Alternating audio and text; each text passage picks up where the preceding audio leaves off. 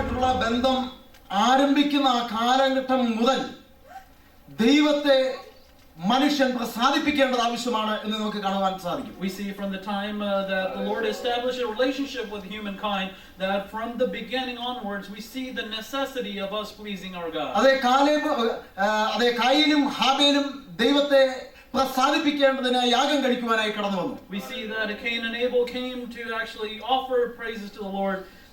എന്നാൽ കായീന്റെ യാഗത്തിൽ ദൈവം പ്രസാദിച്ചില്ല. We see that in Cain's offering the Lord was not pleased. Cain ഒരു സ്വഭാവ ദൂഷ്യം ഉണ്ടായി നമുക്ക് അവിടെ കാണുന്നില്ല. Nowhere in the scripture do we actually read that Cain had a bad habit.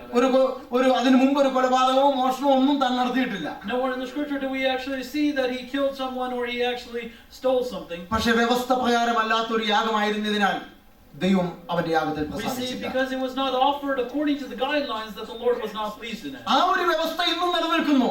That same guideline is in existence here today. നമ്മൾ വളരെ ആളുകൾ കൂടി വരുന്നതിലല്ല ദൈവം നമ്മളിൽ ആഗ്രഹിക്കുന്ന ഒരേ ഒരു കാര്യം നമ്മുടെ യാഗം ദൈവത്തിന് പ്രസാദകരമാണ്. It is not, God does not desire us to come in a great multitude, but instead he desires us to offer a proper sacrifice to him. ദൈവസഭയോട് ദൈവം എന്നെ ഏൽപ്പിച്ച ദൂത് അല്പം മിനിറ്റുകൾക്കുള്ളിൽ പറഞ്ഞിരിക്കുവാൻ ആഗ്രഹിക്കുന്നു. I want to give it in a short message, the message that the Lord has in. അതിന് ആധാരമായി 2 ദിനവൃത്താന്തത്തിന്റെ പുസ്തകം 29ന്റെ 2-3 വേദഭാഗങ്ങൾ നമുക്ക് വായിക്കാം. For today's brief meditation, let us go to 2 Chronicles chapter 2 verses 29 verse 2 on.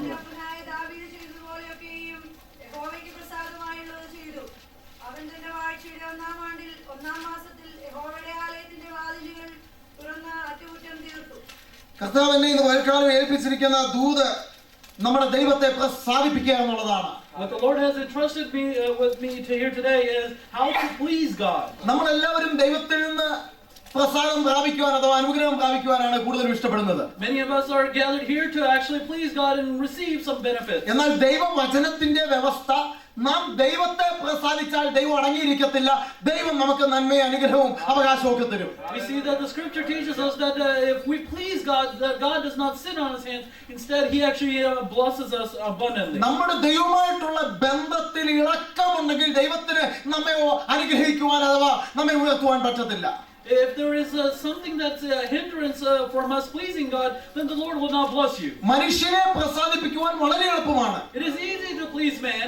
മനുഷ്യനെ പ്രസാദിപ്പിക്കുവാൻ അതെ നമുക്ക് നാട്യഭാഷയിലൂടെ നമുക്ക് അഭിനയിച്ച് പ്രസാദിപ്പിക്കുവാൻ പറ്റും. Sometimes we can actually go through the motions and please man. മനുഷ്യന്റെ വലിപ്പത്തിനനുസരിച്ച് നമ്മൾ അല്പം ഒന്ന് ക്രമീകരിച്ചാൽ മതി. All we have to do is according to their stature we just honor them in that way. എന്നാൽ വലിയ മനുഷ്യനെ പ്രസാദിപ്പിക്കുവാൻ ബുദ്ധിമുട്ടുള്ള കാര്യമാണ്. But if you want to honor someone that is even greater, then it's very hard. ചിന്തിക്കുക, എനിക്ക് ലണ്ടനിലുള്ള queen എലിസബത്തിനെ കാണുവാൻ ഒരു അവസരം ലഭിച്ചു വന്നിരിക്കുക. I want you to think about this. If I got the opportunity to meet Her Majesty the Queen, എന്നോട് ഒരാൾ പറഞ്ഞു പുള്ളിക്കാരിയെ കാണാൻ പോകുന്നവർ കൈയും വീശി പോകത്തില്ല, എന്തെങ്കിലും ഗിഫ്റ്റ് കൊടുക്കണം. I was told that no one actually goes to see her by themselves with empty-handed. അയ്യോ, എനിക്ക് വളരെയധികം ഹൃദയം പഠിക്കാൻ തുടങ്ങി, എന്തുവാ ഗിഫ്റ്റ് കൊടുക്കേണ്ടത്. Suddenly my heart started wondering, what should I actually offer this queen? ഞാൻ എൻ്റെ മോനെ ഗിഫ്റ്റ് മേടിക്കുന്ന രീതിയിൽ വല്ല പൗണ്ട് ലാൻഡിൽ നിന്ന് ഒരു സാധനം മേടിച്ചു കൊടുക്കുന്നത് അതെ അതുപോലെ ഒരു ഗിഫ്റ്റ് ക്യൂൻ എലിസബത്തിന് കൊടുക്കാൻ പറ്റത്തില്ല. I will not go to the convenience store that is next to me and buy something that I will buy for my son. Instead, I will buy something that is proper. അതെ, queen എലിസബത്തിന് ഒരു gift കൊടുക്കുകയാണെങ്കിൽ അതിന്റെ അളവുകോൽ എന്താണെന്ന് ചോദിച്ചാൽ ആ വ്യക്തിയുടെ വലിപ്പം എത്ര അതിനനുസരിച്ചുള്ള ഒരു ഗിഫ്റ്റ് ആയിരിക്കണം. It is one thing that I want to point out to you. It is we offer a gift to a person according to the stature or the honor of that person. നമ്മുടെ ദൈവത്തിന്റെ അടുത്ത് വെറുങ്കൈയായി വന്നിട്ട് പെട്ടി നിറച്ച് കൊണ്ടാന്നുള്ള ആ ഒരു തെറ്റിദ്ധാരണ ഒന്ന് മാറ്റിയാട്ടെ. I don't want any of you to think that you can come empty-handed to the Lord and go back with the bountiful. ഇവിടുത്തെ ക്യൂൻ എലിസബത്തിനേക്കാൾ ഇവിടുത്തെ പ്രസിഡന്റിനേക്കാളും വലിയവനാണ് നമ്മുടെ ദൈവം. More than our God is greater than the president and also the queen. നമ്മുടെ സ്തോത്രാഴ്ചയുടെ വലിപ്പത്തിലല്ല എൻ്റെ ദൈവം പ്രസാദിക്കുന്നത്. It is not based on how much you give to God in an offering. ഭൗതികമായിട്ട് ഒരു gift കൊടുത്ത് പ്രസാദം മേടിക്കുവാൻ ദൈവത്തിൽ നിന്ന് പറ്റത്തില്ല. You cannot give something that is physical and receive a benefit from the Lord. അപ്പോൾ ദൈവത്തെ നമുക്ക് എങ്ങനെ ഒന്ന് പ്രസാദിപ്പിക്കാം? How can we please God? ചുരുക്കം മിനിറ്റുകൾക്കുള്ളിൽ ദൈവത്തെ നമുക്ക് എങ്ങനെ പ്രസാദിപ്പിക്കാം? നമ്മളിന്ന് വായിച്ച പ്രകാരം അതിനൊരു എക്സാമ്പിൾ ഹിസ്കിയ രാജാവ് എങ്ങനെ പ്രസാദിച്ചു, ദൈവത്തെ പ്രസാദിച്ചാൽ എന്ത് നമുക്ക് ലഭിക്കും? ഈ 3 കാര്യങ്ങളാണ് ഞാൻ ചിന്തിക്കുവാൻ ആഗ്രഹിക്കുന്നത്. For today, I want to actually focus on 3 major points. One is how to please God, and how did Hezekiah actually please God, and the manner to please God. ദൈവത്തെ പ്രസാദിപ്പിക്കുക എന്നുള്ളത് ഒരു ചെറിയ ഒരു കാര്യമാ അല്ലെങ്കിൽ എളുപ്പവഴിയാണെന്ന് തെറ്റിദ്ധരിക്കരുത്. I don't want you to think that it's an easy thing to actually please God, or it is something that is very easy to do. ഇന്ന് അനേക കൂടിവരവുകളിൽ ശക്തമായിട്ടുള്ള പ്രസംഗം കഴിഞ്ഞ് വളരെ പേര് കൈവക്കാറുണ്ട്, വളരെ പേര് മുന്നോട്ട് ഇങ്ങനെ വരാറുണ്ട്. ഞാനും ചിന്തിക്കാറുണ്ട്, കർത്താവേ അതെല്ലാം ആയല്ലോ, പക്ഷെ പിന്നീട് നോക്കുമ്പോൾ പഴയ രീതിയിൽ തന്നെ ജീവിക്കുന്നു. Many times we see in many churches that after a powerful message, many people raise their hands and come forward, and I will think, oh Lord, everything is satisfied, everything is good, but I see that them returning back to what they came from. ഒരു ചെറിയ കൈവക്കുന്നതിലോ അല്പനേരം തലകുനിച്ച് നിൽക്കുന്നതിലോ പ്രസാദിക്കുന്നവനല്ല ദൈവം. പ്രസാദിപ്പിക്കുക എന്നുള്ളത് ഒരു പ്രോസസ്സാണ്, ജീവിതമാണ്, അനുഭവമാണ്. We actually see that it is not mere your gestures of lifting up your hands or bowing your head in the presence of God. It is something, it is more of a lifestyle that you're offering to the King. ദൈവത്തിന്റെ വചനം പറയുന്നു, ദൈവത്തെ പ്രസാദിപ്പിക്കുവാൻ ദൈവം വെച്ചിരിക്കുന്ന വ്യവസ്ഥ ജീവിത വിശുദ്ധിയാണ്. We see that the guideline that the Lord has placed, it is your holiness or righteous living. ശുദ്ധീകരണം കൂടാതെ ഒരു വ്യക്തിക്കും കർത്താവിന്റെ അടുത്ത് വരാൻ We പറ്റത്തില്ല. see without holiness no one can please God. മനുഷ്യന്റെ മുമ്പിൽ എനിക്ക് ഒരു വിശുദ്ധനായിട്ട് തിളങ്ങാൻ പറ്റും. I can probably fool people and say that I am a righteous man. എന്റെ ഡ്രസ് കോഡ് കൊണ്ട്, എന്റെ ചിരി കൊണ്ട്, എന്റെ അഭിനയം കൊണ്ട് മനുഷ്യനെ എനിക്ക് പ്രസാദിപ്പിക്കുവാൻ മനുഷ്യന്റെ മുമ്പിൽ ഒരു വിശുദ്ധനായിട്ട് മുന്നോട്ട് പോകാൻ പറ്റും. I can probably fool other people through my dress or through the attitude or through my deeds that I am a holy man. എന്നാൽ ഹൃദയങ്ങളെയും നിലകളെയും ആരാഞ്ഞറിയുന്ന കർത്താവ് പുറമേ ഉള്ളതിനേക്കാളും അകമേ ഉള്ളത് നോക്കുന്നു. We see that God Almighty actually searches the heart. He knows your thoughts, He knows your deeds, and you cannot fool Him. ദൈവം വെച്ചിരിക്കുന്ന വ്യവസ്ഥ വിശുദ്ധമായ ജീവിതം ജഡത്തെ ക്രൂശിക്കുന്നത് തന്നെയാണ്. What the guideline that the Lord has placed, it is that you crucify the flesh. ആ ക്രൂശീകരണം ജഡത്തെ, ലോകത്തെ ജയിക്കുന്നതാണ്. It is that crucifixion that overcomes the world. യേശു കർത്താവ് ക്രൂശീകരണത്തിലൂടെ ലോകത്തെ ജയിച്ചതുപോലെ നമുക്കും ഈ നാളുകളിൽ പാപത്തെയും അതിന്റെ സ്വഭാവത്തെയും ക്രൂശിച്ച് അതൊരു യാഗമായിട്ട് ദൈവത്തിന്റെ സന്നിധിയിലെത്തുമ്പോൾ നമ്മുടെ ഈ യാഗത്തിൽ ദൈവം പ്രസാദിക്കുന്നു. As Jesus Christ offered Himself as a living sacrifice to us, we should actually crucify every sinful nature and every evil thought on the cross. That way we can overcome this world. അത് തെറ്റ് ചെയ്യാത്ത ആരുമില്ല. ഒരിക്കൽ രാജാവായിരുന്ന ദൈവത്തെ ഏറ്റവും ആരാധിച്ചിരുന്ന ദാവീദും തെറ്റ് ചെയ്തു. We see that there is no man that has not done, that there is no man that is pious that has not sinned. Even David, a man after God's own heart, even sinned. എന്നാൽ അവൻ തകർന്ന ഹൃദയത്തോടെ, നുറുങ്ങിയ ഹൃദയത്തോടെ ദൈവത്തിന്റെ സന്നിധിയിൽ കടന്നു വന്ന് മാനസാന്തരപ്പെട്ടപ്പോൾ, കർത്താവേ ഞാൻ ഇനി ഒരിക്കലും അങ്ങനെ ചെയ്യത്തില്ലെന്ന് ഒരു നിയമം ചെയ്തപ്പോൾ ആ തകർന്ന ഹൃദയത്തിൽ ദൈവം പ്രസാദിച്ചു. We see that even when King David came with a broken heart, he went to the Lord and said, Lord, I will not do this, I will not do this. And he made a decision in his heart that he would not go the same way. We see that God actually forgave him. നമ്മുടെ ഏറ്റവും വലിയ പ്രശ്നം നമ്മളെല്ലാവരും മാനസാന്തരപ്പെട്ട, പക്ഷേ നമുക്ക് ആ മാനസാന്തരത്തിൽ നിൽക്കാൻ പറ്റുന്നില്ല എന്നുള്ളതാണ്. The biggest problem that I see with us today is that we're all repentant and we're all born again, but we cannot stand in the place that we're staying. ദൈവത്തെ പ്രസാദിപ്പിക്കുവാനായി ദൈവം വെച്ചിരിക്കുന്ന മൂന്നാമത്തെ വ്യവസ്ഥ ദൈവത്തെ സ്തുതിക്കുക എന്നുള്ളതാണ്. The third guideline that the Lord has placed in us is that we should praise Him. സ്തുതി എന്നുള്ളത് ആരാധനയല്ല, ആരാധനയുടെ മറ്റൊരു ഭാഗമാണ്. We see that praises is not worship, it is only a part of it. ആരാധനയ്ക്ക് 3 ഭാഗമുണ്ട്. We know that worship has 3 parts to it. ഒന്ന് ദൈവം ചെയ്ത ഉപകാരങ്ങൾക്ക് സ്തോത്രം പറയുന്നത്. One is that you give thanks to God for all the benefits that He has given to you. രണ്ടാമതായി ദൈവത്തെ മഹത്വപ്പെടുത്തുന്നത്, ദൈവത്തിന്റെ വലിപ്പം മനസ്സിലാക്കിക്കൊണ്ട് ദൈവത്തെ ഉയർത്തുന്ന ആ സ്തുതി. The second thing is that glorifying God according to who He is and to the magnitude that He is. മൂന്നാമതായി ആരാധനയുടെ തേർഡ് സ്റ്റേജ് നമ്മളും ദൈവവും ഒന്നിച്ച് വസിക്കുന്ന ആയിരിക്കുന്ന ആ ഒരവസ്ഥ. It is the relationship that we establish with God Almighty, and that relationship when we get entranced in it. ആർക്കാണ് ദൈവത്തെ പ്രസാദിപ്പിക്കാൻ കഴിയുന്നത്? ദൈവം വെച്ചിരിക്കുന്ന വ്യവസ്ഥ. നാലാമതായി ദൈവത്തെ ഭയപ്പെടുന്നവർക്ക്. The fourth thing that God desires is that you should fear Him. 147 സങ്കീർത്തനം 11 വാക്യത്തിൽ യഹോവയെ ഭയപ്പെടുന്ന വളർത്തുന്നവർക്ക് അവൻ പ്രസാദിക്കുന്നു. കാളകളിലും മൂരികളിലും തടിപ്പിച്ച മൃഗങ്ങളിലും പ്രസാദിക്കുന്നതിനുപരിയായിട്ട് അങ്ങനെ ദൈവത്തെ ഭയപ്പെടുന്നവരിൽ ദൈവം പ്രസാദിക്കുന്നു. In Psalms 147, verse 11, we actually read that God pleases in those who fear Him. Now He does not please in cattle or the bullocks or anything that is offered in His presence. Instead, what He pleases is those who fear Him. വാത്സല്യ സഹോദരന്മാരെ, നമ്മളൊക്കെ എല്ലാവർക്കും ഭൗതികമായി വളരെ അനുഗ്രഹിക്കപ്പെടുവാൻ ദൈവം സഹായിച്ചു. The Lord has blessed us here today. ആഹാരത്തിന് നമുക്ക് മുട്ടില്ല. There is none of us who need food. മാറി മാറി താമസിക്കുവാൻ മുറികളുള്ള വീടുകൾ കർത്താവ് നമുക്ക് തന്നു. The Lord has blessed us with enough rooms. മാറി മാറി സഞ്ചരിക്കുവാൻ ഒന്നല്ല പല വണ്ടികൾ നമുക്ക് തന്നു. He has blessed us with many cars. ഇപ്പോൾ നമുക്കുള്ള ഉടുപ്പും പാന്റും എങ്ങനെ കളയുമെന്ന് വിചാരിച്ചിരിക്കുക. അതുപോലെ ഇഷ്ടം പോലെ നമ്മുടെ കബോർഡുകളെ കർത്താവ് നിറച്ചു. We see that the Lord has blessed our closets, that it's overflowing with clothes. കഴിക്കുന്നതിനും കൂടുതൽ ഇന്ന് നമ്മൾ വേസ്റ്റ് ചെയ്യുക. More than we eat today, we're wasting food. അതൊക്കെ നല്ല കാര്യങ്ങള്. പക്ഷെ ഒരു കാര്യം ഞാൻ പറയട്ടെ, വല്ലപ്പോഴുമൊക്കെ കർത്താവ് എനിക്ക് തന്ന് 10, 20, 30 വർഷങ്ങൾക്ക് മുമ്പുള്ള നമ്മുടെ അവസ്ഥ ഒന്ന് ഓർക്കണം, ദൈവത്തെ ഒന്ന് ഭയപ്പെടണം. അപ്പോൾ ദൈവം നമ്മെ പ്രസാദിക്കും. I want you to actually think about these things that 30 or 40 years ago, how the Lord has brought you from that, and you should fear Him and please Him that way. ദൈവത്തെ പ്രസാദിപ്പിക്കുവാൻ നമ്മുടെ ജഡം കൊണ്ട് പറ്റത്തില്ല. You cannot please God through your physical attributes. നമ്മുടെ ചിരി കൊണ്ട് പറ്റത്തില്ല. You cannot please Him through smiling. ദൈവത്തെ പ്രസാദിപ്പിക്കുവാൻ വിശ്വാസം തന്നെ വേണം. If you want to please God, then you need faith itself. വെല്ലോം കിട്ടുമെന്ന് ദൈവത്തോളം വിശ്വാസത്തെ ഒരിക്കലും ദൈവം വിശ്വാസം എന്ന് വിളിക്കത്തില്ല.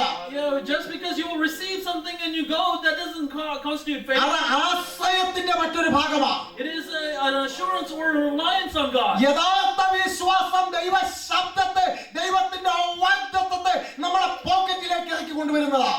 The real faith is Praise the Lord. trust in God, that you will even entrust in Him, that going blindly. ദൈവം അതിന് വെച്ചിരിക്കുന്ന ഒരു വിധേയമാണ് കടുകുമണിയോളം വിശ്വാസം. കർത്താവിന് അറിയാം നമുക്ക് വലിയ വിശ്വാസമൊന്നുമില്ല. കടുകുമണിയുടെ പ്രത്യേകത, കടുകുമണിയുടെ സ്വഭാവം തെളിയുന്നത് പുറത്തിരിക്കുമ്പോഴല്ല, നല്ല ചൂടേറിയ എണ്ണയ്ക്കകത്തിടുമ്പോഴാണ്. We see that the Lord used an analogy of the mustard seed. It is not He knows about the quantity of our faith. We only know the wholeness of that mustard seed when it falls in oil. ചൂടുള്ള എണ്ണയ്ക്കകത്ത് കടുകിനെ ഇടുമ്പോൾ കടുക് ആ സ്വഭാവത്തിൽ ഇരിക്കത്തില്ല. അതെന്ത് ചെയ്യും? അത് പൊട്ടും, അതിന്റെ സ്വാദ് വെളിയിലേക്ക് വരും. We actually see that the mustard seed does not remain the same when it falls in hot oil. It instead explodes and brings out the flavor in it. അതാ വിശ്വാസം. That is faith. ഇന്ന് വരക്കാലം ദൈവാത്മാവ് നിങ്ങളോട് ചോദിക്കുന്നു, നമ്മുടെ വിശ്വാസം എങ്ങനെ ഇരിക്കുന്നു? The Spirit of the Lord is asking you here today, how is your faith? ഇപ്പോഴത്തെ ഈ തലം വിട്ട് അല്പം ചൂടിന്റെ അവസ്ഥയിലൂടെ കർത്താവ് കടത്തി വിടുമ്പോൾ പൊട്ടി സ്വാദ് പുറത്തു വരുമെങ്കിൽ അതിനെ നോക്കി ദൈവം വിളിക്കുന്നു, യെസ്, ഇതാ വിശ്വാസം. If the Lord is actually asking you, when I put you in the midst of a fire and your inner comes out, how will it come out? That is what is faith. എങ്ങനെ ദൈവത്തെ പ്രസാദിപ്പിക്കുവാൻ പറ്റും? ആറാമത്തെ point, കൊലോസ്യലേഖനം 3:20, യഥാർത്ഥ സന്തുഷ്ടമായ കുടുംബ ജീവിതം. We actually see that the sixth way to please God, it is a healthy family life. അവിടെ വലിയൊരു list എഴുതിയേക്കുക. There is a great list that is given. മാതാപിതാക്കളെ കുഞ്ഞുങ്ങൾ അനുസരിക്കുമ്പോൾ ദൈവം പ്രസാദിക്കുന്നു എന്ന് എഴുതി വെച്ചേക്കുന്നു. We see that when the kids obey the parents, that God is pleased. ദൈവത്തെ പ്രസാദിപ്പിക്കുവാൻ ദൈവം വെച്ചിരിക്കുന്ന മറ്റൊരു വ്യവസ്ഥ സന്തുഷ്ടമായ കുടുംബജീവിതം. It is a happy family life. That is another way to please God. വീട്ടിൽ വ്യവസ്ഥയില്ലാതെ ഹോളിൽ വന്നാൽ അവിടെ എത്ര കൈപൊക്കിയാലും ദൈവം പ്രസാദിക്കത്തില്ല. We see that if you don't worship God the same way in your home, and you come to the worship place and raise your hands, God is not going to please. ഭാവിയിൽ വലിയ എഞ്ചിനീയർമാരും ഡോക്ടറുമാകുവാനുള്ള കുഞ്ഞുങ്ങളോട് ദൈവത്തിന്റെ ആലോചന. മാതാപിതാക്കൾക്ക് അവർക്ക് നമ്മുടെ language അറിയത്തില്ലാലും നമ്മുടെ വിദ്യാഭ്യാസം ഇല്ലാതെ എങ്കിലും അവരെ നമ്മൾ അനുസരിക്കുവാൻ ഒരു മനസ്സ് കാട്ടുവാണെങ്കിൽ നിങ്ങളിൽ ദൈവം പ്രസാദിക്കുമെന്നാണ് ദൈവത്തിന്റെ വചനം പറയുന്നത്. The word of God teaches us that I want to encourage the younger generation that is coming up. Maybe your parents did not have the knowledge that you have right now, or they lack the language skills, but one thing, if you are obedient to them even in that older age, the Lord will definitely bless you. അതെ, മാതാപിതാക്കളെ കുഞ്ഞുങ്ങൾ അനുസരിക്കണമെങ്കിൽ ഭർത്താവ് ഭാര്യയെ ബഹുമാനിക്കണം, അത് സ്നേഹിക്കണം, ഭാര്യ ഭർത്താവിനെ ബഹുമാനിക്കണം. അത് അവിടെ തുടങ്ങുമ്പോൾ കുഞ്ഞുങ്ങളുമായിട്ട് നല്ലൊരു ബന്ധം ഉണ്ടാകുന്നു. അത് ഒരു സഭയുടെ ആത്മീക ബന്ധത്തിലേക്ക് കടന്നു വരുന്നു. We see that the parents shouldn't just expect their kids to be obedient or respect them. We should see the father actually loving the mother and the mother actually respecting the father. And when the kids see that, then they will be obedient. ദൈവം ഉപരിവിപ്ലവത്തിൽ പ്രസാദിക്കുന്ന ദൈവമല്ല, കാര്യങ്ങളിൽ പ്രസാദിക്കുന്ന ദൈവമല്ല. We see that God is not something that looks on the external things. ദൈവം ആരിലാ പ്രസാദിക്കുന്നത് എന്നുള്ളതിന്റെ 7ാമത്തെ point അതൊരു ഉദാഹരണമായിട്ട് നമുക്ക് തന്നിരിക്കുക. The 7th thing is a great example that the Lord has given us. അതെ, 1 കൊരിന്ത്യർ 10-ാമത്തെ അധ്യായം വായിക്കുമ്പോൾ നമുക്ക് കാണുവാൻ കഴിയുന്ന മറ്റൊരു കാര്യം, മരുഭൂമിയിലൂടെ മിസ്രൈമിൽ നിന്നും വിട്ടിറങ്ങിയ പിതാക്കന്മാര് അവൻ ഫറവോനെ ജയിച്ചെന്നുള്ളത് ശരിയാ, അവര് സ്തോത്രം പറഞ്ഞെന്നുള്ള ശരിയാ, അവരുടെ കൂടാരങ്ങളിൽ രക്തത്തിന്റെ മുദ്ര പതിച്ചു എന്നുള്ള ശരിയാ, ചെങ്കടല് കടന്നെന്നുള്ള ശരിയാ, മന്ന തിന്നെന്നുള്ള ശരിയാ, അവൻ സ്തോത്രം എല്ലാം കറക്റ്റ് ആണ്. പക്ഷെ അവർ വാഗ്ദത്ത ദേശത്തെത്തിയില്ല പലരും. I want you to take your attention to 1 Corinthians chapter 10 verse 1 onwards. Chapter 10 verse 1 onwards is talking about how the Israelites left Egypt. They ate from the Lord. They actually walked with them through the midst of the sea, and they enjoyed all the blessings. But Yes. one thing they did not do is go into the promised land. നമ്മോടുള്ള ഒരു ദൈവത്തിന്റെ ആലോചനയാ, നമ്മിൽ ദൈവം പ്രസാദിക്കുന്നുണ്ടോ ഇല്ലയോ എന്നുള്ള തെളിവ് മന്ന തിന്നുന്നതല്ല, ചെങ്കടൽ കടന്നതല്ല, വണ്ടി ലഭിച്ചതല്ല, ഇവിടെ വന്നതല്ല, നിന്റെ ശമ്പളം എത്ര കൂടുതലുണ്ടെന്നുള്ളതല്ല, വീടെത്ര കിട്ടിയെന്നുള്ളതല്ല, അങ്ങ് ചെല്ലുന്നോ ഇല്ലയോ എന്നുള്ളതാ. One thing that we should actually Praise the Lord. that is the guideline, that whether God pleased in you, it's not whether you have come to this country or whether you have a big bank balance or you have many houses to live in. It is Amen. that you end up in the heavenly kingdom. ആമേൻ. ദൈവത്തെ പ്രസാദിച്ച് അങ്ങ് മേളിച്ചെല്ലാം പറ്റിയില്ല എങ്കിൽ നമുക്കൊരു പ്രയോജനമില്ല. If you walking after the truth and you don't end up in heaven, then there is nothing that is available to you. എന്തിന് ദൈവത്തെ പ്രസാദിപ്പിക്കണം എന്ന വലിയൊരു ചോദ്യമാണ്. Then the next question is, then why should I get God's pleasure? അതെ, ഹാബേൽ ദൈവത്തെ പ്രസാദിപ്പിച്ചു, അതുകൊണ്ട് നമ്മൾ ദൈവത്തെ പ്രസാദിപ്പിക്കണോ? Abel actually pleased God, then why should I please God? അതെ, അബ്രഹാം തുടങ്ങി മോശ തുടങ്ങി പല വിശുദ്ധന്മാരും പല പിതാക്കന്മാരും ദൈവത്തെ പ്രസാദിപ്പിച്ചു, അതുകൊണ്ട് നമ്മൾ ദൈവത്തെ We പ്രസാദിപ്പിക്കണോ? see many of the patriarchs actually worship God and they please God, then why should we actually please Him? പുതിയ നിയമത്തിലേക്ക് കടന്നു വരുമ്പോൾ അവൻ ശിഷ്യന്മാര് സകലവും ത്യജിച്ച് കർത്താവിനോടൊപ്പം നടന്നു. അവൻ അപ്പോസ്തലന്മാര് കർത്താവിനെ പ്രസാദിപ്പിച്ച് കഷ്ടം അനുഭവിച്ചു, അതുകൊണ്ട് നമ്മൾ ദൈവത്തെ പ്രസാദിപ്പിക്കണോ? Then the next question that you ask in the New Testament, we see that the disciples shed everything else and follow Christ. Then why should we actually please God? എന്തിന് ദൈവത്തെ പ്രസാദിപ്പിക്കണം, എന്തുകൊണ്ടാണ് എന്നറിയാൻ മേലാത്തതിനാൽ നമ്മൾ ഇന്നും ആത്മിക ശൈശവ അവസ്ഥയിൽ ഇപ്പോഴും കുടുങ്ങിക്കിടക്കുക. The reason why you don't know that why you should please God, that is the reason Amen. why you're still in the infancy of your Christian life. ദൈവത്തെ പ്രസാദിപ്പിക്കുന്നതിന് ഒറ്റ റീസണേ ഉള്ളൂ, ദൈവ സാന്നിധ്യവും ദൈവത്തിന്റെ അനുഗ്രഹവും നന്മയും കാര്യമതൊക്കെ ശരിയാ. ഞാൻ ദൈവത്തെ പ്രസാദിപ്പിക്കുന്നതിന്റെ ഒരേ ഒരു റീസൺ, എബ്രായ ലേഖനം 12:28 വാക്യം വായിക്കുവാൻ ആഗ്രഹിക്കുന്നു.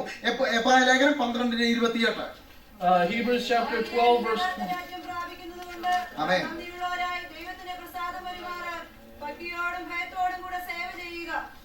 ആമേൻ. എന്തിനു വേണ്ടിയാ പറഞ്ഞേട്ടെ? ഇളകാത്ത രാജ്യം പ്രാപിക്കുവാൻ. സഹോദരങ്ങളെ, ലോകത്തിലെ ഏറ്റവും നല്ല രാജ്യത്തില് നിങ്ങളായിരിക്കുന്നത് അമേരിക്കയിൽ. You can proud about that. പക്ഷേ ഈ രാജ്യത്തെ കർത്താവ് വിളിക്കുന്നു ഇത് ഇളകുന്ന രാജ്യമാണ്. We actually see that you can be proud of Amen. the Lord in America here today, but one thing that the Lord is calling you for is to go to a kingdom that is unshakable. ഇപ്പോഴത്തെ അവസ്ഥ നോക്കിയാൽ ഒരുപക്ഷെ റഷ്യക്കോ പാകിസ്ഥാനോ ഇന്ത്യക്കോ ചൈനക്കോ ഒന്നും ഈ രാജ്യത്തെ ഇളക്കാൻ പറ്റത്തില്ല. പക്ഷെ മേലെ ഇന്ന് ദൈവം വിളിച്ചു പറയാ, ലോകത്തിലെ ഏത് രാജ്യങ്ങളും ഇളകും. We actually see that maybe another country may not be able to actually be victorious over America, but there is one king that can actually even shake the foundations of this earth. ഒരേ ഒരു രാജ്യം മാത്രമേ ഇളകാത്തതുള്ളൂ, അത് മേളിലുള്ള രാജ്യമാണ്. അവിടേക്ക് പോകുവാൻ വേണ്ടി നമ്മൾ ഇങ്ങനെ പോയാൽ പോരാ, നമ്മളൊന്ന് ദൈവത്തെ പ്രസാദിപ്പിക്കണം. If you want to reach the heavenly kingdom, then you should not Praise go the the Lord. same way that you're going. Instead, you should please God. അതിനായി ദൈവം സഭയെ ഒന്ന് അനുഗ്രഹിക്കട്ടെ, ശുദ്ധീകരിക്കട്ടെ. May the Lord actually bless the church and strengthen the church. വേഗത്തിൽ വായിച്ച വേദഭാഗത്തിലേക്ക് നമുക്ക് മടങ്ങി വരാം. Let us go back to the scripture portion that we're reading. 2 ദിനവൃത്താന്തം 29-ാമത്തെ വാക്യമാണ് നമ്മൾ വായിച്ചത്. 2 Chronicles chapter 29. ഇവിടെ ഇതാ ഒരു ദൈവ പുരുഷൻ അഥവാ ഒരു നല്ലൊരു രാജാവ്, യഹൂദയിലെ ഒരു രാജാവ് ഹിസ്കിയാവ് ദൈവത്തെ പ്രസാദിപ്പിക്കുന്നു. We actually see Hezekiah being the king of Judah. ഹിസ്കിയാവിന് ദൈവത്തെ പ്രസാദിപ്പിക്കാൻ പറ്റുമോ? We actually see that Can he please God? It was so difficult for Hezekiah to please God because his tradition, his situation, his background was so against that. പ്രസാദിപ്പിക്കാൻ പറ്റത്തില്ലായിരുന്നു. How can Hezekiah please God? കാര്യം അതിന്റെ സാഹചര്യം വളരെ different ആയിരുന്നു. Because his atmosphere was different. കാര്യം അവന്റെ പിതാവ് Ahaz ദൈവത്തോട് വളരെ ദ്രോഹം ചെയ്തവനായിരുന്നു. We see that Ahaz actually did much sin against God. അവനെ പറ്റി വായിക്കുന്നത് കഷ്ടകാലത്ത് കൂടി അവൻ ദൈവത്തോട് ദ്രോഹം ചെയ്തു. We see that in the midst of distress he actually unpleased God. ഈ ലോകത്തിലെ ആളുകൾ കഷ്ടകാലത്ത് ദൈവത്തെ പ്രസാദിപ്പിക്കുന്നവരാ. Many people in the midst of distress actually please God. സുഖം വരുമ്പോൾ ദൈവത്തിൽ നിന്ന് അകന്നു പോകും.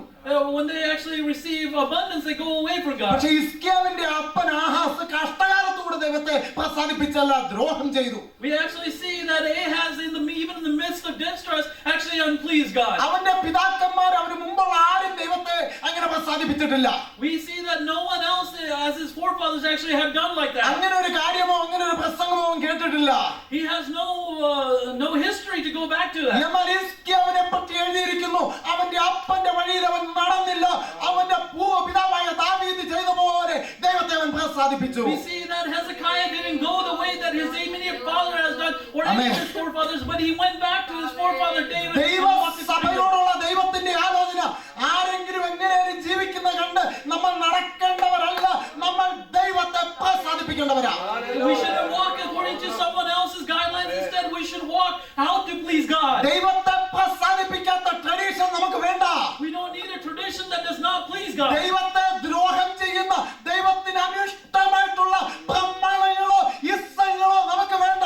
We don't need anything that is cause of apostasy against God. ചെയ്യുവാൻ ബുദ്ധിമുട്ടുള്ളതാണെങ്കിലും എങ്ങനെയെങ്കിലും ദൈവത്തെ പ്രസാദിപ്പിക്കേണ്ടതിന് അവന്റെ വഴിയിൽ ഹിസ്കിയാവിനെ പോലെ നമുക്ക് നടക്കാം.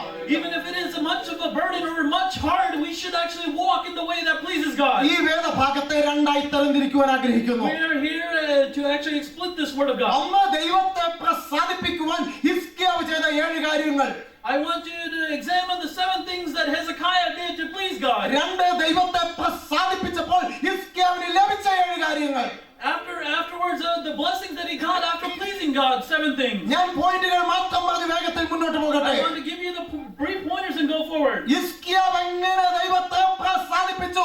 അവൻ പൂർവ്വ പാരമ്പര്യങ്ങളെ ഉപേക്ഷിച്ച് ദൈവിക പ്രമാണത്തെ അന്വേഷിച്ച് കണ്ടുപിടിച്ച് അപ്രകാരം നടന്നു. We see the first thing that was the first way that Hezekiah actually pleased God. He shed the tradition and walked according to the living word of God. അവൻ വ്യത്യസ്തമായ മറ്റൊരു വഴിയിലൂടെ നടന്നു. He walked in a deviated path. അതാണ് മാനസാന്തരം. That is മാനസാന്തരത്തിന്റെ ഏറ്റവും പ്രധാനപ്പെട്ട മേഖല എന്നുള്ളത് വരുന്ന വഴിയൊന്നും മാറി മറ്റൊരു പുതുവഴിയിലൂടെ പോകുന്നതാ. Repentance is the way of deviating from the way that the world is going. ദൈവസഭയോടുള്ള ദൈവത്തിന്റെ ആലോചന നമ്മുടെ വഴി ശരിയാണോ എന്ന് നമ്മളൊന്ന് കണ്ടുപിടിക്കണം. One thing that I want to encourage the church is to examine and see if your life is deviated from the word of God. ഇനി അനുസരിക്കാൻ മറ്റ് ഒന്നുമില്ലായിരിക്കാം. നമ്മൾ രക്ഷിക്കപ്പെട്ടു, സ്നാനപ്പെട്ടു, എല്ലാം ചെയ്യുന്നുണ്ട്. പാസ്റ്റർ, ഇനി എന്നാ വഴിയിലൂടെ ഞാൻ നടക്കേണ്ടത്? You probably are checking every box and saying that I am baptized, born again, and I'm going to church.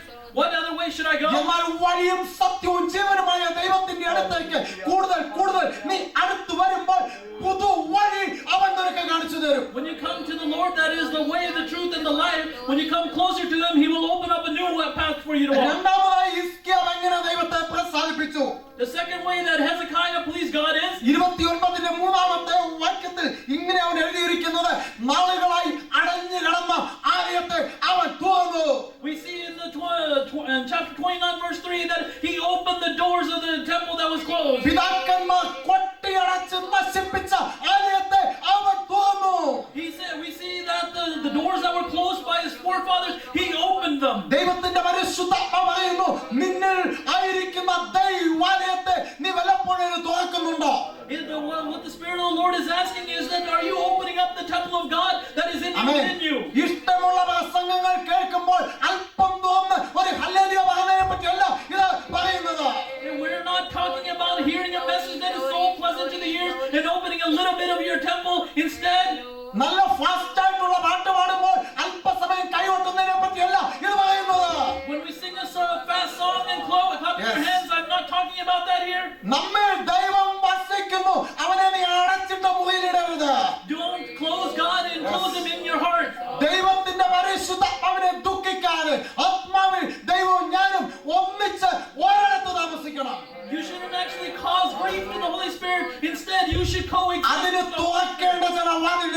തുറക്കണം. then you should open some doors that need to be opened. നമ്മുടെ privacy, നമ്മുടെ വിനോദങ്ങൾ, നമ്മുടെ ഇഷ്ടങ്ങളെ ഒന്ന് മാറ്റി നിർത്തി ദൈവത്തിന്റെ അടുത്തൊന്നിരിക്കണം. Then we should actually take away our privacy and let us sit next to God and ask Him what we should. ഹിസ്കിയാവ് അടഞ്ഞു കിടന്നു ദൈവാലയത്തിന്റെ വാതിലിനെ തുറന്നു. We see that Hezekiah opened the doors of the temple that was closed. മൂന്നാമത് ദൈവത്തെ അവൻ എങ്ങനെ പ്രസാദിപ്പിച്ചു? അവൻ വാതിൽ തുറക്ക മാത്രമല്ല, തുറന്നപ്പോഴാണ് കണ്ടത് ആകെ ഇടിഞ്ഞു കിടക്കുന്നു, അവൻ നശിച്ചു കിടക്കുന്നു. We see that after he opened the doors, he saw the temple being in ruins. അവൻ സ്തോത്രം തുറന്നപ്പോൾ അതാ വളരെ മെസ്സായിട്ട് കിടക്കുന്ന അവസ്ഥ. We see that when he opened the doors, he saw the great great disorder. അതെ, വാതിൽ തുറക്കുന്നതിലല്ല കാര്യം, തുറന്നിട്ട് നമ്മൾ എന്നാ ചെയ്യുന്നു എന്നുള്ളതാ കാര്യം. It is not just merely opening the door, it's after you open the door, what do you do? ദൈവത്തെ പ്രസാദിപ്പിക്കാനായി കൈവെക്കുന്നതിലല്ല കാര്യം, തല തുണിയിട്ട് ഇങ്ങനെ കുറച്ചേരം നിൽക്കുന്നതിലല്ല കാര്യം, പിന്നെ എന്നാ ചെയ്യുന്നു എന്നാ ദൈവം നോക്കുന്നത്. What God is not looking is whether you're lifting up your hands or covering your head and bowing before Him. He's looking at what are you going to do afterwards. ഹിസ്കിയാവ് വാതിൽ തുറന്നിട്ട് അവിടെ വളരെ ഡിസോർഡേഡ് ആയിട്ട് കിടക്കുന്നു, ഇടിഞ്ഞു കിടക്കുന്നു. അവൻ ഒരു മെയിന്റനൻസ് അവിടെ ചെയ്യുന്നു. We see that after he opened the doors, the King Hezekiah actually maintained the temple. നമുക്കൊക്കെയും നല്ല വാഹനങ്ങളുണ്ട്. All of us have good vehicles. അത് നല്ല കമ്പനിയുടെ നല്ല ടോപ്പ് റേഞ്ചുള്ള വാഹനങ്ങൾ കർത്താവ് നമുക്ക് തന്നിട്ടുണ്ട്. The Lord has blessed us with good range of vehicles. ചിന്തിക്കുക, വാഹനം നല്ലതാണ്, പക്ഷേ നമ്മൾ കുറെ കൂടെ ഓടിച്ചു കഴിയുമ്പോൾ ആ വാഹനത്തിൽ സർവീസ് വേണ്ടപ്പോൾ അത് സർവീസ് റിക്വയർഡ്, മെയിൻ്റെനൻസ് റിക്വയർഡ്, അങ്ങനെയുള്ള ലൈറ്റ് കത്തും. We see that a beautiful car that the Lord has given us, that after some time driving it, we see the maintenance light coming on. ഈ അവസ്ഥ എനിക്ക് ഒരിക്കലും പറ്റിയതാ. This once happened to me. ഈ light കത്തിയപ്പോൾ ഞാൻ എന്റെ ചിന്തയിൽ ഞാൻ എന്ത് ചെയ്യുന്നറിയാമോ, മെയിൻ്റെനൻസ് ചെയ്താൽ ഞാൻ കുറെ അങ്ങ് ഓടിച്ചു. After this light came on, I just thought, okay, let me go, and I drove out without even paying attention to the light. എന്റെ ചില ഫ്രണ്ട്സ് പറഞ്ഞു, ഇത് കമ്പനിക്കാർ കാശ് ഉണ്ടാക്കാൻ വേണ്ടി ചെയ്യുന്ന പരിപാടിയാണ്, നീ മൈൻഡ് ചെയ്യണ്ട, ഓയിലും വെള്ളം ഉണ്ടോ എന്ന് ചെക്ക് ചെയ്ത് നീ അങ്ങ് ഓടിച്ചോ. My friends actually gave me good advice, saying that the company just put this in the sensor in there so they can make some more money. So all you have to make sure that it has radiator fluid and oil in it. കുറെ നാൾ കഴിഞ്ഞപ്പം പിന്നെ ചെയ്യാതിരുന്ന എങ്ങനെയാ, പക്ഷെ ഞാൻ ഡീലറിന്റെ അടുത്ത് ചെല്ലാതെ ഞാനൊരു വേറെ അപ്പുറത്തുള്ള ഒരു സാധാരണ ഒരു ചെറിയ ഗാരേജിൽ കൊണ്ടുപോയി ഞാൻ പറയുന്ന പരിപാടി അവനെ കൊണ്ട് ചെയ്യിപ്പിച്ചു. After some time I thought, okay, if I go to a dealership it's going to cost much more, so I went to a garage that was next to me and I thought of things that I thought it was necessary. പക്ഷെ കുറെ നാൾ കഴിഞ്ഞപ്പോൾ ഒരിക്കൽ യാത്രാ മധ്യേ എന്റെ വാഹനം നിന്നുപോയി. But after some time my car actually stalled out on me. ഒരു വലിയ അപകടത്തിൽ നിന്ന് കർത്താവ് എന്നെ രക്ഷിച്ചു എന്ന് ഞാൻ പറയട്ടെ. Let me tell you, the Lord actually saved me from a great accident. ഈ വാഹനം ഗാരേജിൽ ഡീലറിന്റെ അടുത്ത് കൊണ്ടുവന്നപ്പോൾ പറഞ്ഞൊരു വാചകം ഇപ്പോഴും എന്നെ ഓർപ്പിക്കുന്നു. One thing that I remember when I took it back to the dealership for servicing. My friend, ഈ വാഹനത്തിന് ഇങ്ങനൊരു അവസ്ഥ ഉണ്ടാകാതിരിക്കുവാൻ കമ്പനിക്കാരൻ നിന്നെ വളരെ വാൺ ചെയ്തു, പക്ഷെ നീ മെയിൻറ്റെയിൻ ചെയ്തില്ല. The company actually put a sensor in there to warn you about the service that is necessary for the car. You didn't pay attention. സഭയോടുള്ള ദൈവത്തിന്റെ ആരാധന, maintenance light, service required light പലപ്പോഴും നിന്നെ ദൈവം കാണിക്കുമ്പോൾ നീ അത് സമയത്തിന് ചെയ്യുന്നില്ല എങ്കിൽ ഒരു വലിയ വില കൊടുക്കേണ്ടി വരും. One thing I want to tell you is that the Lord will send His messengers giving you messages saying that it is necessary to maintain your vehicle, but you ignore it and you go on, then your life will actually end up stalled. ഹിസ്കിയാവ് ചെയ്ത നാലാമത്തെ കാര്യം maintain ചെയ്യുക മാത്രമല്ല, അവൻ ഒരു ശുദ്ധീകരണാലയത്തിൽ നടത്തി. We see that Hezekiah not only maintained the temple, but he also caused it to be sanctified. അത് 5-ാമത്തെ വാക്യത്തിൽ ഇപ്രകാരം കാണുന്നു, അവൻ ആലയത്തെ അറ്റകുറ്റപ്പണി നടത്തിയതിനു ശേഷം ശുദ്ധീകരിച്ചു. We see that after he did the maintenance on the building, that he actually sanctified the temple. സഭയോടുള്ള ദൈവത്തിന്റെ ആലോചന അറ്റകുറ്റപ്പണി ചെയ്യേണ്ടത് ചെയ്യാതെ ഉള്ള ശുദ്ധീകരണത്തിൽ ദൈവം സാധിക്കുന്നില്ല. One thing that the Lord is saying here today is that without doing the necessary maintenance, you try to sanctify it, the Lord is not going to please in it. ഈ രാജ്യത്തിൽ നിന്നും വിക്ഷേപിച്ച ഒരു സ്പേസ് ഷട്ടിൽ ചലഞ്ചർ എന്നാണ് അതിന്റെ പേരെന്ന് ഞാൻ വിചാരിക്കുന്നു. One space shuttle that was the Challenger that went up. അത് ഭ്രമണപഥത്തിൽ എത്തുന്നതിന് മുമ്പ് തകർന്നു വീണ ഒരു ചരിത്രം ഞാൻ ഇങ്ങനെ ആരോ പറഞ്ഞു കേട്ടിട്ടുണ്ട്. I was able to see that before it went into orbit that it actually exploded. കോടികൾ മുടക്കി ചെയ്ത ഒരു പ്രൊജക്റ്റ് ആയിരുന്നു. Billions of dollars were invested in it.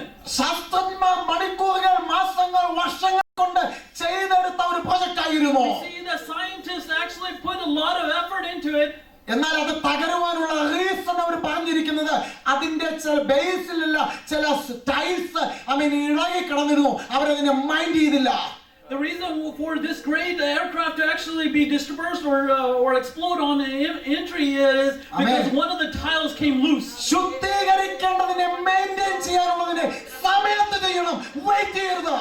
The things that need to be repaired, it should be repaired on time. ശുദ്ധീകരിക്കപ്പെടുന്ന ദൈവത്തിന്റെ ജനത്തിനോട് ദൈവം പറയുന്നു, പോരാ പോരാ, നീ ദൈവമായിട്ട് ഒരു ഉടമ്പടി ചെയ്യണം. What the Holy Spirit is actually saying is, it is not enough, it's not enough. You should have a covenant with the living God. ദൈവത്തെ പ്രസാദിപ്പിക്കുവാൻ ഹിസ്കിയാവ് ചെയ്ത 5ാമത്തെ ലെവല് ദൈവത്തോട് ഒരു ഉടമ്പടി ചെയ്തു. The fifth thing that King Hezekiah did to the Lord is that he made a covenant with them.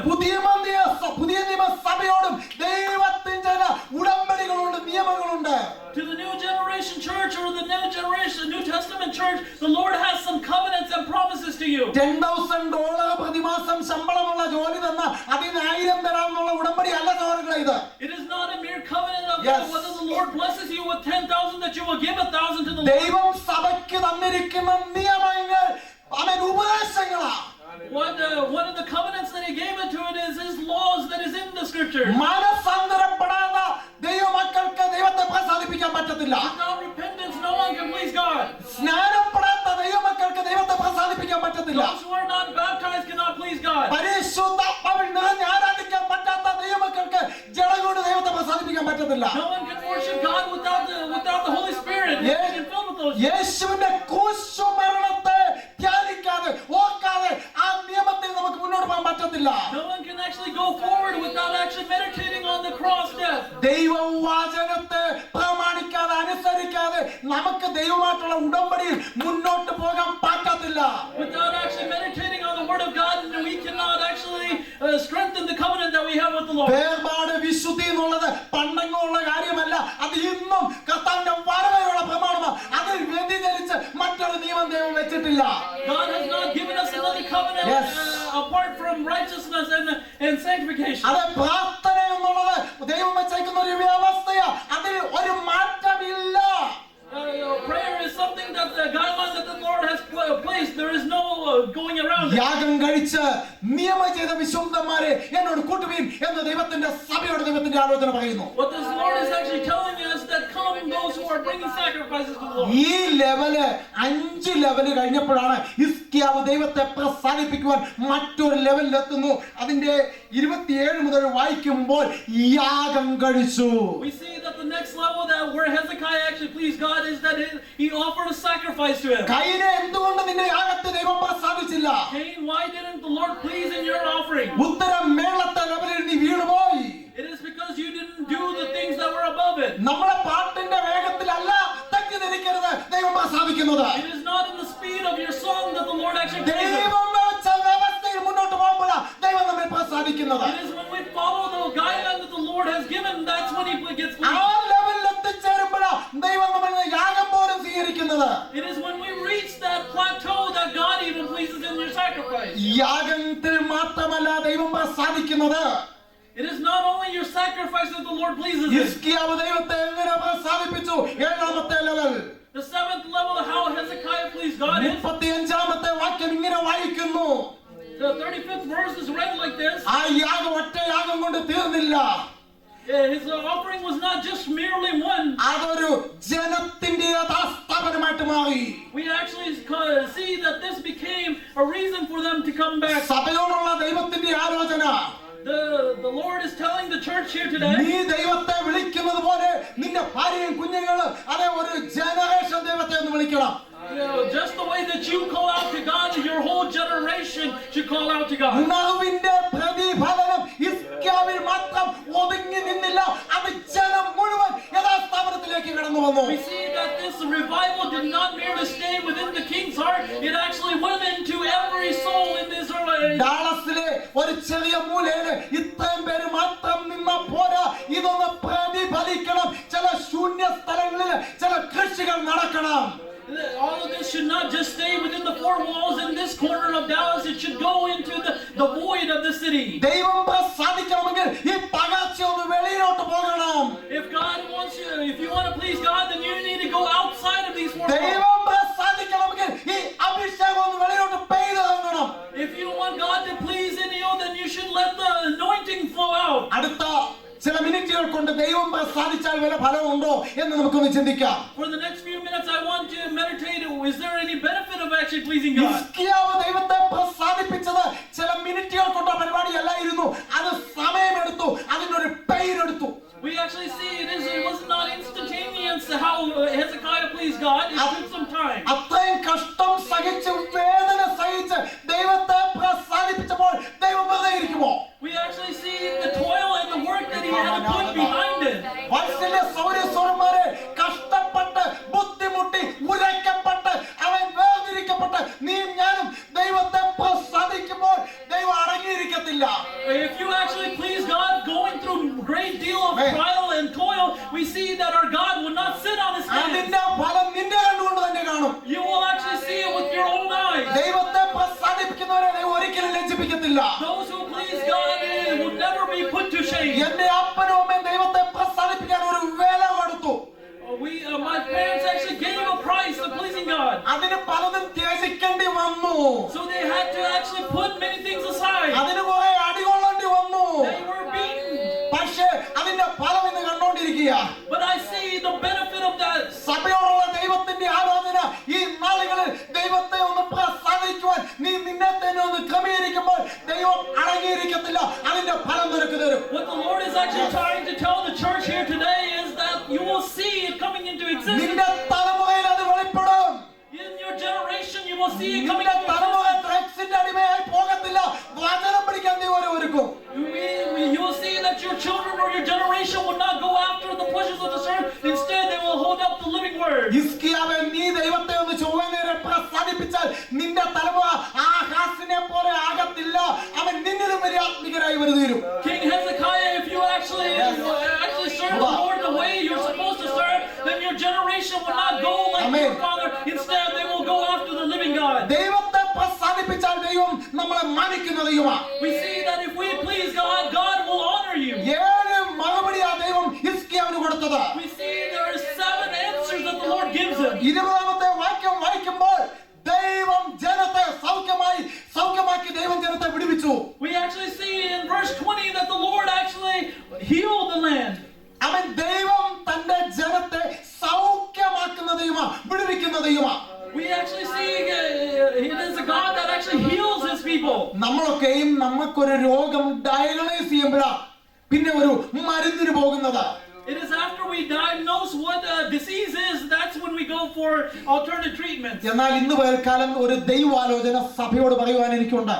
But there is one thing that I want to tell you here today. നിന്റെ ശരീരത്തിൽ x-ray കൊണ്ട് ഇതുവരെ കാണാൻ കഴിയാത്ത ഒരു scanning report കൊണ്ട് ഇതുവരെ തെളിയാത്ത ഒരു MRI ഇതുവരെ വരാത്ത അദൃശ്യമാകുന്ന രോഗത്തെ സൗഖ്യമാക്കുവാൻ നീ ദൈവത്തെ ഒന്ന് പ്രസാദിപ്പിക്കണം. If you want something that the world cannot diagnose or any medical report can actually report what it is, if you want that kind of a healing, then you need to follow the word of ഈ God. ശരീരത്തിന്റെ മേൽ ദൈവത്തിന് ഒരു ഉത്തരവാദിത്തമുണ്ട്. There is a responsibility that the Lord has upon this body. ദൈവത്തെ പ്രസാദിപ്പിക്കുന്ന ദൈവത്തിന്റെ മക്കളെ ദൈവം മഹാസന്തോഷത്താൽ നിറയ്ക്കുന്ന ദൈവമാണ്. വാക്യം 26. In verse 26, we actually see that those who actually please God, that the Lord will actually bless them with the joy. ഒരു വണ്ടി മേടിക്കുമ്പോൾ മഹാസന്തോഷമാ, പക്ഷെ 2-3 ദിവസം കഴിയുമ്പോൾ അത് സന്തോഷമായി മാറും. ചില വർഷങ്ങൾ കഴിയുമ്പോൾ അത് മടുപ്പായി മാറും. After you buying a car, it begins great joy in your heart. After some months, it will actually turn into boredom. എന്നാൽ ദൈവം നമുക്ക് തരുന്ന സന്തോഷം അത് മടുപ്പിന്റെ സന്തോഷമല്ല, അത് ഓരോ ദിവസം കഴിയുമ്പോൾ മഹാസന്തോഷമാണ്.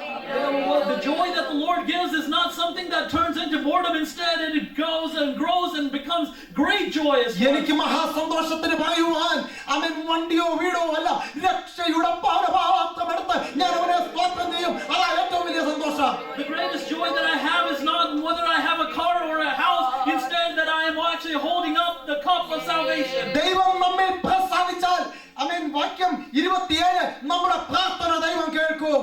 And then the fourth thing that I want to tell you is that when the Lord is pleased in you, He will answer your prayer. നാളുകളായി പ്രാർത്ഥനയ്ക്ക് മറുപടി കിട്ടിയിട്ടില്ല എങ്കിൽ സഭയോടുള്ള ദൈവത്തിന്റെ ആലോചന ചില കാര്യത്തിൽ ദൈവത്തിന്റെ ഹിതം വ്യത്യസ്തമായിരിക്കാം. പക്ഷെ നീ ഒന്ന് ചെക്ക് ചെയ്താട്ട് നീ ദൈവത്തെ പ്രസാദിപ്പിക്കാൻ എവിടെയെങ്കിലും ബാക്കിയുണ്ടോ? നീ ദൈവത്തെ പ്രസാദിപ്പിക്കുന്ന ഒരു ലെവലാകുമ്പോൾ നിന്റെ ശബ്ദം ദൈവം കേട്ട് മറുപടിയായി ലഭിക്കും. One thing that I want to encourage the church is that after praying for many and you still have not heard the word of God coming back, I want you to go back and examine and see, is there anything that I need to get right and actually please the Lord? ദൈവത്തെ നമ്മൾ പ്രസാദിപ്പിച്ചാൽ ഹിസ്കിയാവിന്റെ അനുഭവത്തിലൂടെ പറയുന്നു 6 മുതൽ 10 വരെയുള്ള വാക്യങ്ങൾ അവനും ദേശത്തും ധനവും സമൃദ്ധി ഉണ്ടായി. We see that the next thing that the Lord blesses is that in Hezekiah's time, 6 through 10, that the Lord actually blessed him as the king and actually the land. Hallelujah. അവൻ നമ്മള് ചെറുപ്പകാലങ്ങളിൽ കഷ്ടപ്പെട്ടേച്ച് ഒരുമാതിരി പ്രായമാകുമ്പോഴാ നമുക്കൊക്കെ ഒരു സമൃദ്ധിയുടെ ലെവലാകുന്നത്. It is during our youthhood that you actually work really hard, and when you come to the age of retirement, that's when you actually get a sigh of relief. എന്നാൽ ദൈവത്തിന്റെ പരിശുദ്ധാത്മാവ് പറയുന്നു ദൈവം നിനക്ക് സമൃദ്ധി തരുന്ന ദൈവമാണ്. We see that our God is a God of bountiful, that will bless you bountifully. അത് ഭൗതിക സമൃദ്ധിയെ പറ്റി മാത്രമല്ല സഹോദരങ്ങളെ. It is not only physical blessings that he's talking about. ദൈവരാജ്യം ഭക്ഷണവും പാനീയവുമല്ല. We see that the kingdom of God is not merely drink or food. നീതിയും സമാധാനവും സന്തോഷവുമാണ്. It is righteousness and joy. അതാ ദൈവം തരുന്ന സമൃദ്ധി. That is what he's going to give you bountifully. നമുക്ക് അതിനെ മാറ്റി നിർത്തിയുള്ള സമൃദ്ധി വേണ്ട. We don't need anything that takes it apart or takes it ദൈവത്തെ away. പ്രസാദിപ്പിക്കുന്നവരോട് ദൈവത്തിന്റെ ആലോചന ഹിസ്കിയാവ് പറയുന്നു 4ാമത്തെ പോയിന്റ് അവൻ കൃതാർത്ഥനായി. We actually see that he was filled with gratitude. കൃതാർത്ഥനാകുക എന്ന് പറഞ്ഞാൽ ചെയ്യുന്ന കാര്യങ്ങളിലെ സംതൃപ്തി. He was content, or he was satisfied what he did. അത് ഹാർഡ് വർക്ക് ചെയ്യുന്നുണ്ട്, വേർപ്പൊഴുക്കുന്നുണ്ട്, പക്ഷേ അവൻ ആവശ്യത്തിന് പൈസയുമുണ്ട്. പക്ഷെ എവിടോ ഒരു വേദന, എവിടെ ഒരു ശൂന്യത. We actually see that he had enough riches, he had enough prestige, but there was a void somewhere in him. ഞാൻ എന്റെ ചെറുപ്പത്തിൽ വിചാരിച്ചു പൈസ കിട്ടിയ എല്ലാവരും, പക്ഷെ ഇപ്പോൾ വിചാരിക്കുന്നു പൈസ കിട്ടിയാലാ കൂടുതൽ അവൻ പ്രശ്നം വരുന്നത്.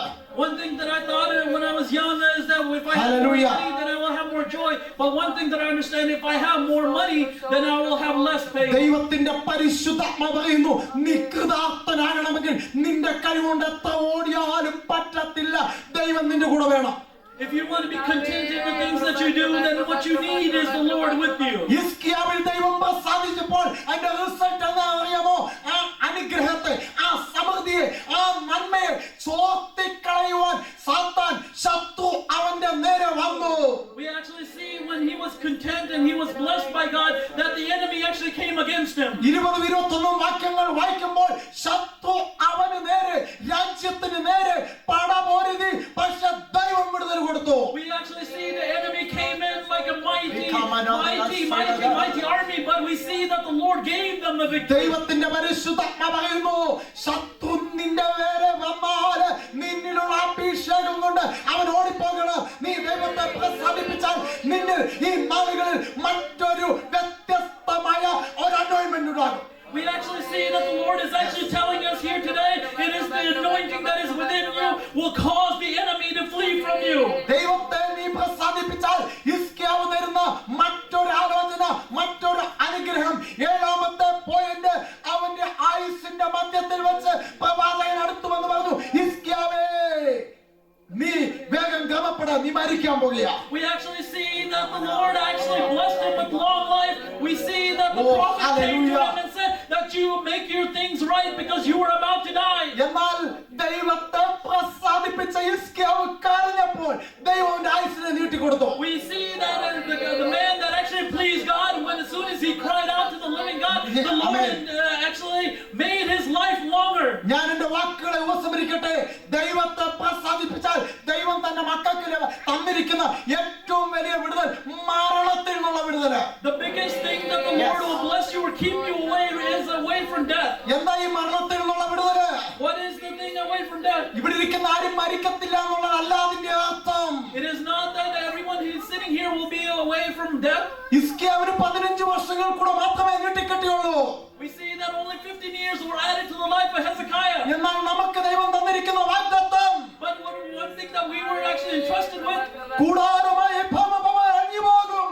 after this temple is Hallelujah. broken down, കൈപ്പണിയല്ലാത്ത നിത്യമായ നിനക്ക് തരും. He's going to give us something that is eternal. ദൈവത്തെ പ്രസാദിപ്പിച്ചാൽ ദൈവം നമുക്ക് തരുന്ന ഏറ്റവും വലിയ വാഗ്ദത്തം ഈ ലോകത്തിലെ ആയുസ്സല്ല, നിത്യജീവനാ. One thing that the Lord will give us is not something on this earth. He will give something that is eternal. ആദ്യം വായിച്ച വാക്യത്തിലേക്ക് മടങ്ങി വരട്ടെ. Let us go back to the verse that we read. ദൈവത്തെ പ്രസാദിപ്പിച്ച് എങ്ങനെയെങ്കിലും ഒരു ഇളകാത്ത രാജ്യത്തിന് വേണ്ടി നമുക്കൊന്ന് കാണിച്ചു